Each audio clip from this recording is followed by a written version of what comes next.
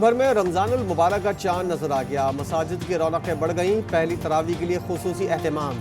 बाजारों में सारे का सामान खरीदने वालों का भी रश लग गया।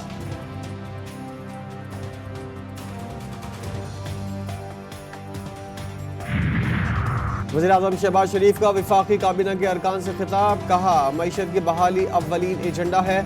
हुकूमत, अफसरान और अवाम मिलकर मुल्क की तरक्की के लिए काम करें।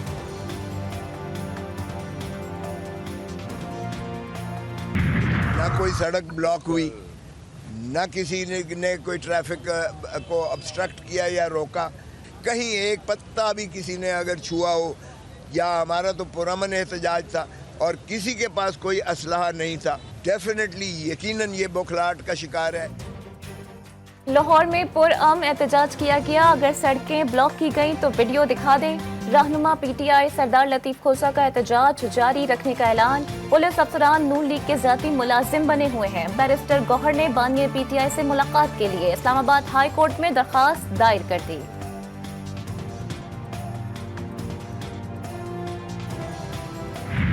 ऐसे लगता है कि पाकिस्तान के अवाम गुलाम है।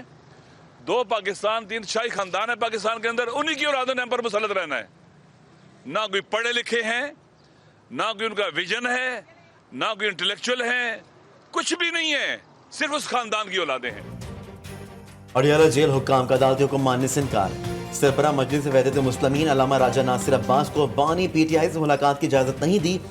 अल्लामा राजा नासिर अब्बास की पीपी और नून लीग पर तनकीद का मुल्क मौरूसी सियासत का शिकार है।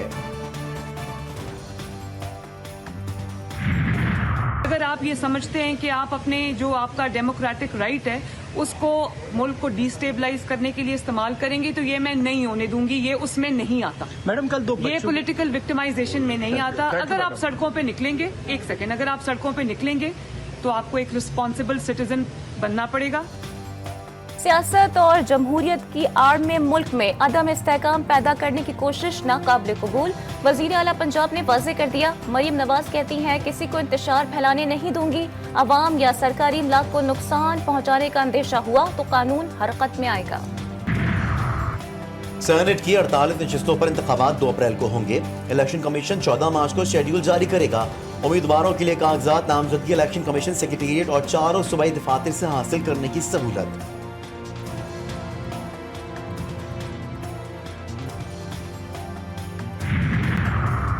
इलेक्शन कमीशन का ब्लंडर। JUI के कोटे पर नामालूम खातून का कौमी असम्बली की मखसूस नशिस्त पर कामयाबी का नोटिफिकेशन जारी कर दिया। मौलाना फजल रहमान ने नोटिफिकेशन मनसूख करके तहकीकात कराने की दरखास्त दे दी। JUI के सरबराह का कहना है कि मोहतरमा सदफ एहसान न तो पार्टी की रुकन है और न ही उनका नाम फहरिस्त में है। सदफ एहसान का नोटिफिकेशन मनसूख करके मिस हिना बीबी की कामयाबी का नोटिफिकेशन जारी किया जाए।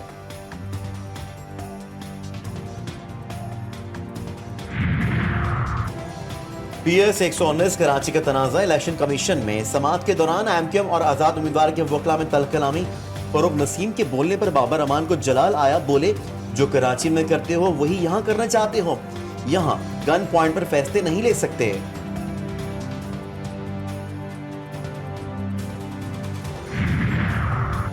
बुशरा बीबी ने दौरान इद्दत निकाह केस में सजा मौतली के लिए मुतफर्रिक दरखास्त दायर कर दी। इस्लामाबाद की अदालत ने दलाइल तलब कर लिए। समाअत 20 मार्च तक मुलतवी।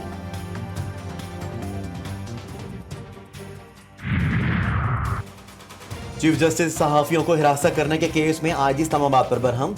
रिमार्क्स दिए, क्राइम की रिकॉर्डिंग है, मुल्जिमान का सुराग नहीं लगा सके। क्या आपको 4 सदियां चाहिए? अटॉर्नी जनरल साहब, इन्हें हटा दिया जाना चाहिए। IG साहब, क्या आप अपना चेहरा दिखाने आए हैं? लगता है मुल्जिमान को तहफ़्फ़ुज़ देने की कोशिश कर रहे हैं। क्या सहाफियों के खिलाफ JIT में इंटेलिजेंस के लोग दबाव डालने के लिए शामिल किए गए? सुप्रीम कोर्ट ने FI और पुलिस से तफसीली रिपोर्ट तलब कर ली। समाअत 25 मार्च तक मुलतवी। सुप्रीम कोर्ट में सहाफियों को हिरासत करने के केस की समाअत के दौरान साबिक कमिश्नर रावलपिंडी के इल्जामात का तस्करा। चीफ जस्टिस ने रिमार्क्स दिए। एक कमिश्नर ने कहा, चीफ जस्टिस ने इलेक्शन में गड़बड़ की। ये बयान तमाम टीवी चैनल्स ने बगैर तस्दीक चला दिया। किसी सहाफी ने इल्जाम लगाने वाले से सबूत का नहीं पूछा।